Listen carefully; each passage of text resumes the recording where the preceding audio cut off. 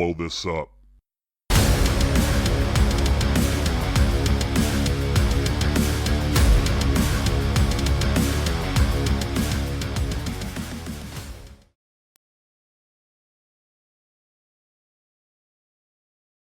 Look Alive Bomb Squad, we are back for a special episode of Let's Blow This Up. I'm your host, Jason Sircone, and today we're doing another installment of Making a Podcast with Bombtrack Media.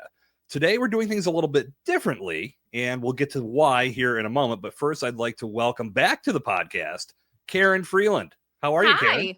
Hi, I'm great. I'm excited to join you again. It's always fun to... Now, 2 times here. Yeah, that's right. You're starting to stack up the appearances. We can keep that going as long as you want, but it's always good to reconnect with you and bring you here on the show. Today, again, our conversation will be a little bit different because as we do in this Making a Podcast with Bombtrack Media series, I like to talk with my clients and talk about things that they're doing with their show. And normally it's with someone that has started a podcast from scratch.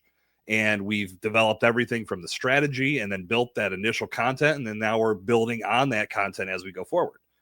You and I crossed paths at a very different time where your podcast was already in production and you were looking to do a few things differently. And we spoke and one thing led to another. Here we are. So I want to allow you to tell the story of your podcast, what first brought you in to the world of podcasting, and really, we'll dive into some of the nuts and bolts of what we've been doing together to get your show in the state that it's in now. So the floor is yours, Karin. Hey, everybody. Karin Freeland. I am a life and career breakthrough coach.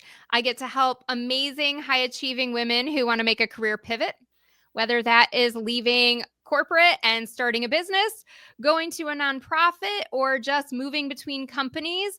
I just love being able to empower them and give them the tools and techniques they need to reach the next level. And so I had written a book called Grab Life by the Dreams. And I thought, I really want a way to get this information out to a much broader audience. How do I have bigger impact and share these stories that, you know, my clients have gone through, that I've gone through, to empower other women? And I'd always thought about having a podcast. Like, it was kind of always on my radar, but I always had an excuse for why not to do it. It's too much work. I don't know how to do the editing. It's going to cost me too much money. You know, all the excuses that we come up with. I'm going to run out of content. What am I going to possibly talk about? Who wants to hear Karin speak? You know, all the things that I'm sure some of your listeners who are maybe thinking about starting a podcast are having those thoughts and feelings themselves. Yeah, the limiting beliefs, right? Oh, they're so bad. Yeah. And it's so funny because being a coach, it's like, okay, I knew what those were. And I'm like, okay, we have to just like drink our own champagne here, right? Yeah. Let's work through these. And so I started this show in 2023 in September, right around the time that I launched my book. So it was also a lot happening, and I didn't really plan a big launch strategy. And so I think because I didn't have a launch strategy, I didn't have 5 in the can. Like, I know you always say, don't launch a show with just 1 because nobody can binge it. And that was definitely a mistake that I had made. So I was working with a virtual assistant at the time. And, you know, her sweet spot was like copywriting and more the social media posts, but she also knew how to edit. And so she would help me with all the production of my content. And when she decided to leave in October of 2024, I was like at a crossroads. Oh no, what am I going to do? I don't want to have to learn how to edit. This sounds terrible. And so knowing you, I was like, well, I don't know if this is totally in his wheelhouse. I don't know if this is exactly the kind of work that he does, but let me just see and have a conversation. And I was pleasantly surprised when it turned out to be such a great fit. Yeah. I know diving in, it was, you know, first of all, it was like, hey, what can you do to help me out here? Because that was, you know, I look at it like there's always a lot in play, especially when there's a podcast in existence. And you know, your VA did a lot of good things for the show. Yeah. And especially considering that wasn't really what she specialized in. And I know that was something you brought. That was one of the big things you brought to me, was that this is what she's been doing, and I do not want to edit. And I could understand, because you were around the 50-ish episode mark. You build up a nice comfort zone when you've got someone else doing that work for you. Yeah. Going backwards kind of sucks. Yeah, and I just felt like it wasn't even my zone of genius, you know? So, Right. like, could I learn to do editing? Of course I could. I can learn Sure. anything, but do I want to learn editing? Is there someone else who is so much more equipped to do this that they probably could do it with their eyes closed in a fraction of the time? Like, it just seemed like money well spent. I agree. And that's what I tell everybody. And that's typically the conversations that I'm having across the board. It's not so much having the podcast and producing it, it's that back end editing. Yeah. I always say you're going to need to learn 3, maybe even 4 new skill sets if you've never done anything with podcasting, because you're going to need to learn to be an on mic talent, on camera talent. You're going to need to learn post production, so editing. You're going to need to learn marketing. How do you promote that show? How do you get it out in front of your audience? And then communication. How do you connect with potential guests? How do you make that whole thing roll where someone says, okay, yeah, I want to be a part of your show. This would be great. There's a lot of pieces in play, which is why I don't recommend anybody start with no help at all. Right. I can understand we all have a little bit of DIY in us, and it's usually where we want to lean. But boy, I would say just based on the number of podcasts that I've seen not really get out of the gates and fall flat too fast, it's mainly because they didn't have that support to help them get off the ground the right way. I agree. And so it was great just not to have to lose any of that support, right? To have had some, but then expand on that support and kind of take it to the next level, which you were able to help me do. Absolutely. And I think in the beginning, when we were first getting the ball rolling, we had a very seamless transition because your VA still was in place. So it allowed us to work together to make sure that there was no miss for you. Right. As soon as when she left, I was already acclimated to how we were getting the content shared and produced and all these things. But as you said, taking it to the next level, one of the things that I dove into right from the start was how are we optimizing the show? Yeah. And that's something that I think is very, I mean, if you go through season 3 of Let's Blow This Up, this was talked about so much, and I love it because it deserves to be talked about a lot. That SEO factor, it's all about discoverability and walking that potential potential listener through the experience of enjoying your podcast. Well, first they have to find it. Right. And when they find it, they have to be attracted to it, or else they're going to keep scrolling. Their attention spans don't change because they're looking for a podcast. You only have a few seconds to grab that attention. So the first thing we looked at was titles. Yeah. And we've been having some fun with that, haven't we? We have. And I'm so glad that you did that and you jumped into the SEO piece because it had been a black box for me. And I had no idea. Well, what are the keywords, Karin? I don't know. How do I find the keywords? I don't even know how to start going about that. So it was never something that my VA or I were really looking at because we had other things that we were focused on. So it was really nice to dive into that. And I have definitely seen it pay off. You know, you helped me with one of your tools. So I'll give you, just for other people who are listening, like, well, how do you do this? You know, I will give you a couple of titles and you'll score them for me and let me know how they're ranking in terms of their SEO. And that's so helpful for me because I didn't have a tool to do that. And so now I can be really smart about the things that I choose. And then I start to notice, now that we've been doing this for a while, like, okay, these types of titles really resonate. These specific keywords keep scoring high. Let me create a title with kind of that magic sauce, you know, that magic formula, if you will. And so that's been really great. It's all about grabbing someone's attention. And we, again, another subject that got covered multiple times in season 3 of the show was episode 4 with Jason Sircone. That's not going to make anybody go, ooh, yeah, got to listen to this, because podcasts, people looking for podcast content or just content in general to solve a problem for even entertainment, they're very intentional about what they're searching for.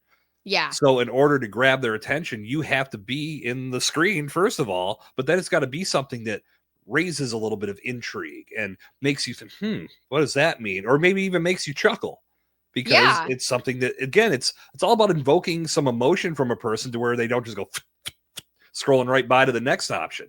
One of And the things that yeah. surprised me with this, though, was especially being, a content creator myself and being an author, when I go on somebody's podcast, I love when they put my name in the title because it's instant SEO for me. But what I started seeing was I was trying to do this as a courtesy to the people coming on my show, but it was tanking my SEO scores because most of the people I'm having on don't have big enough SEO.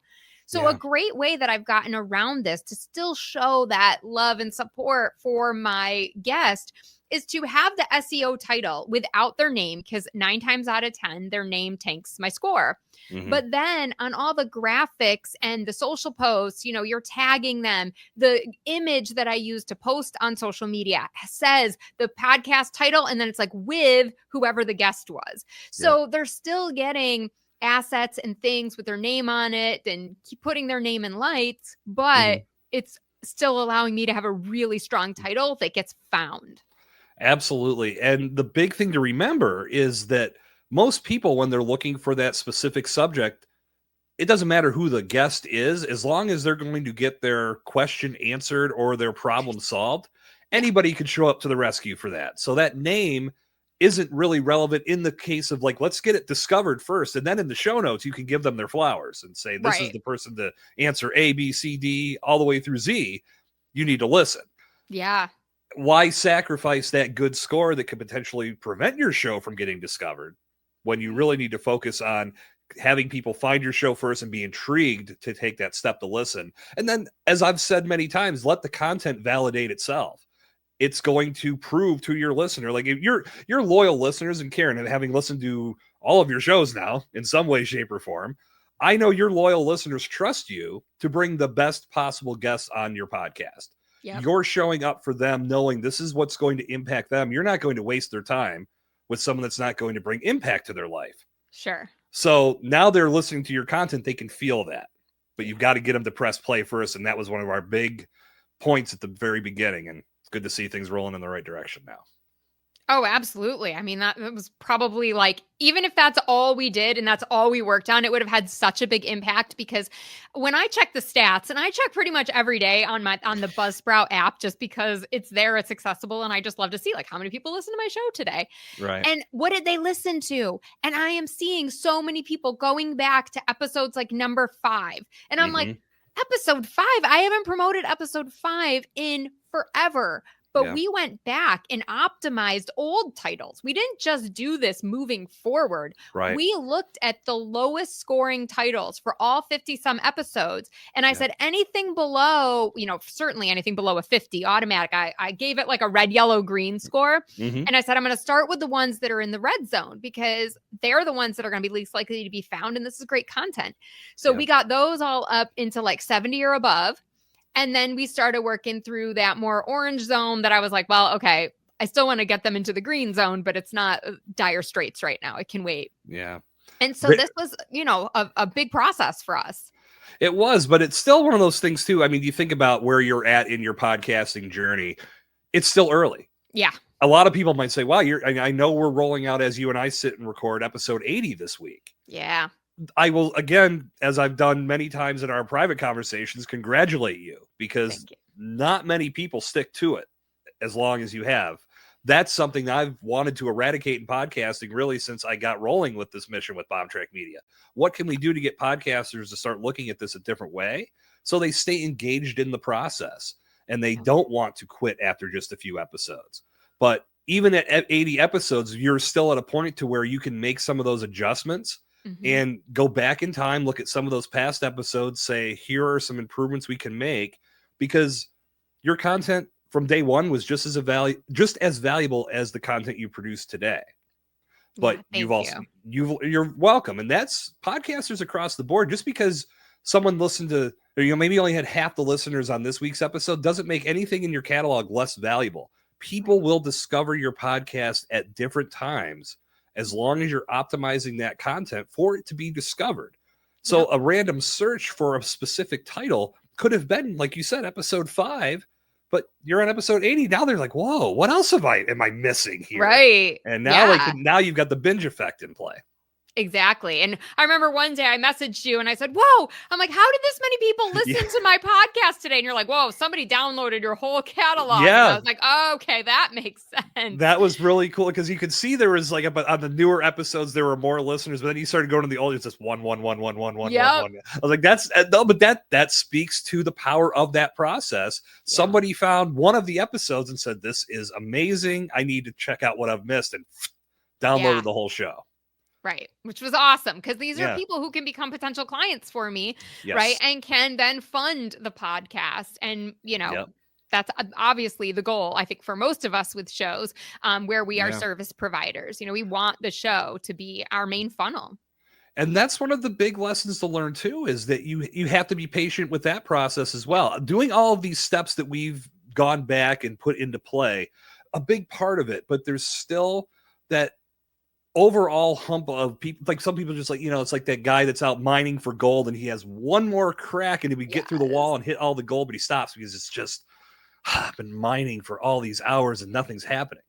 Yeah. You miss out on so much if you don't keep pounding. And it's, as long as you're engaged in the process and having fun with it. And I know from working with you, your energy level when you produce your content is at its peak, and that's amazing. That's what you want because your clients are going to feel that. And if you were to bring that energy level to your podcast, and then when you meet with them, be like this and be very, or flip that and be like very like this on your podcast, but then someone gets in a call with you and you're all like energetic. It's like, who is this person? Are they faking it on one platform or the other? But you've been very even keel across the board, and that's what it takes. Yeah, well, I think, I've always been big on personal branding, and I think the consistency is key, right? People need to see that you are who you are behind the camera, on the mic, behind the mic, right? They want to see, okay, I really do know this Karin, right? I really do feel like I can trust her because especially when you're thinking about leaving your job, a 6-figure paycheck to go start a business. I mean, you're not just going to trust anybody to guide you in that process. That is a big step. And that's what I love about your content. I know I've told you this too. There have been a few episodes that I know our career paths in corporate to entrepreneurship, there is some parallels, but there have been some episodes, and I know your content is geared towards women, but I will say to the guys out there is some advice on your show that I get done editing. I'm like, holy crap, that just changed my perspective. Yeah. That's powerful. Yeah. Thank you. So I know we're pointing this towards women, and that is your target audience. But I'll say for the guys out there that want to get some advice, maybe Karin's not going to be your coach, but you can get some serious feedback from her podcast that could change some thinking. So highly recommend. Well, thank you. I appreciate that. No problem. So I'll ask the magic question that I ask everybody on this series. What's it been like to work with me? It's been awesome. It's supportive. It's transparent. You give me tough love when I need it. And when I'm doing something that you're like, Karin, that's not going to work, or that's not the right mentality, but you're not afraid to share those things. And I appreciate that because I want to get better. I want this show to be on the ears of every single woman who is struggling in corporate, feeling like she's got something more to give. And I can't do that. I can't make that impact and reach the people I need to reach if I'm not doing everything that I can possibly do to get the show out there. So I appreciate candid feedback and support and guidance. And so not only have you been able to do the editing piece for me, but you've also been able to do some consulting and some advisory services to help me think through strategy when I need support on that. And, that's one of the things that we're still kind of thinking about is, maybe playing with the subtitle a little bit, right? But I wouldn't have necessarily thought of that if it weren't for your consulting. So I appreciate it. I think, we're almost like friends outside of work too. So it just kind of feels like, buddy. So I enjoy that because I like working with people that I know, that I trust, that I have a relationship with outside of work. We are, connected on Facebook. You always support my stuff, which I love. Because not every podcast editor is going to also go in to your social media feed and give you likes and leave you comments. And that really helps you get your impact out because now your whole network sees it. My whole network sees it. The algorithm goes, oh, people are liking Karin's post and they're going to show it to more people. And so that's been great. The communication is always great. We use Voxer to go back and forth. I'm a big fan of Voxer. I use it with my coaching clients. But I just know, like, Jason's a bleep away. I just hit the little button on Voxer and leave you a message. And then a couple minutes later, 9 times out of 10, you're like right back on it. Right. So I appreciate the responsiveness. And I know that I can just be like, hey, can we just hop on a call and like vet this out? What do you think about this? And I like being able to reach out and not be like, oh, well, Karin, that I got to charge you for that 30-minute phone call or something, right? Not that we're having random phone calls all the time. I don't want people to think, you're accessible 24/7 either. We all have boundaries, but but I've never had an issue where I was like, man, where is Jason? Why isn't he getting back to me? And that's critical for me. That is one. And first, thank you for all those kind words. But I will say that the communication piece is what I pride my business on. And that's something that stems back to, I mean, I can go back as far as when I was 13 years old doing my baseball card business. I always felt like communication was key.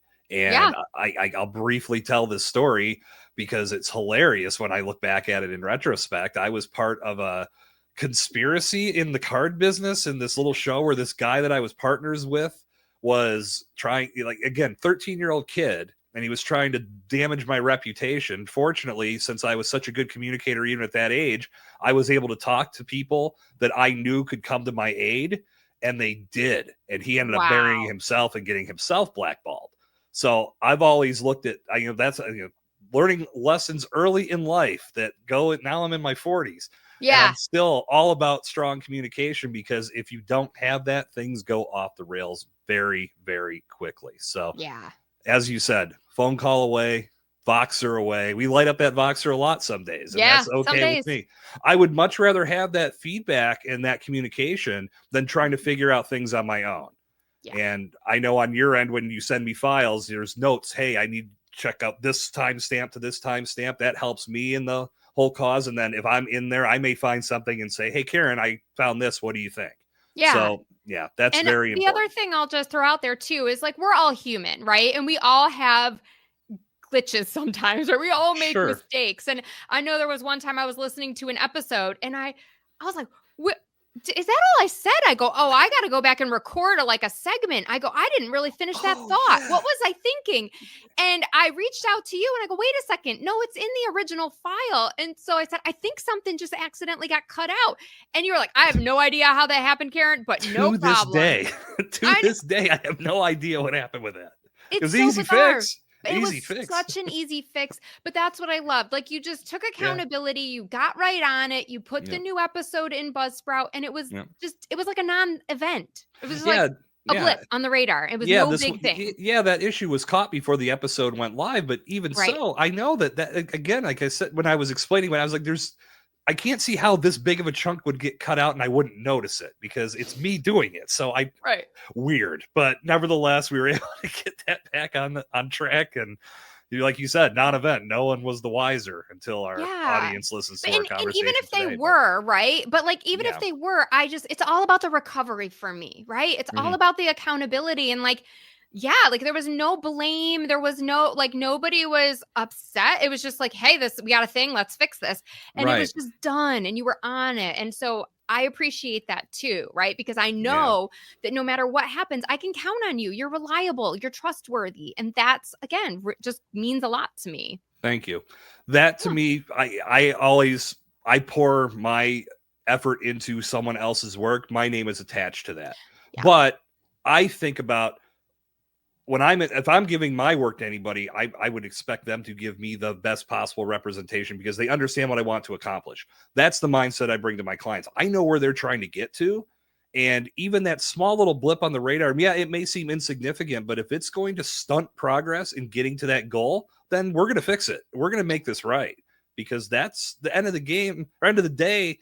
This podcast is just one piece of the puzzle.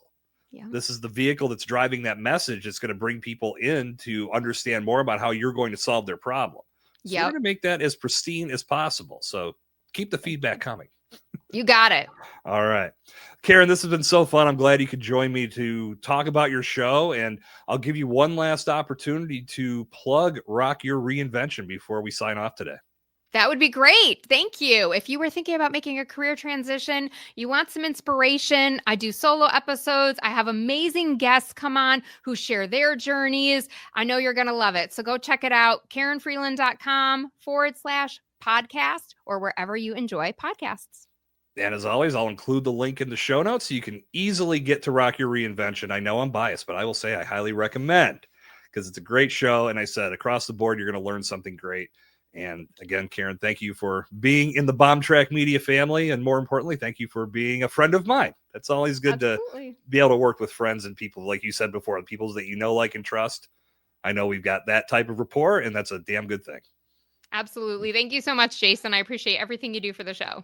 You are very welcome. So, Bomb Squad, this has been another installment of Making a Podcast with Bombtrack Media. On behalf of Karin Freeland, my name is Jason Sircone. Check out the archives here on Let's Blow This Up, because this episode is just one tiny piece in the equation of all of the great things you can learn about upping your podcast game. We've got tons of great content from guests and myself in solo format. Check it out. Let me know what you think. And I look forward to seeing you on the other side. Until next time, my name is Jason Sircone. Stay explosive.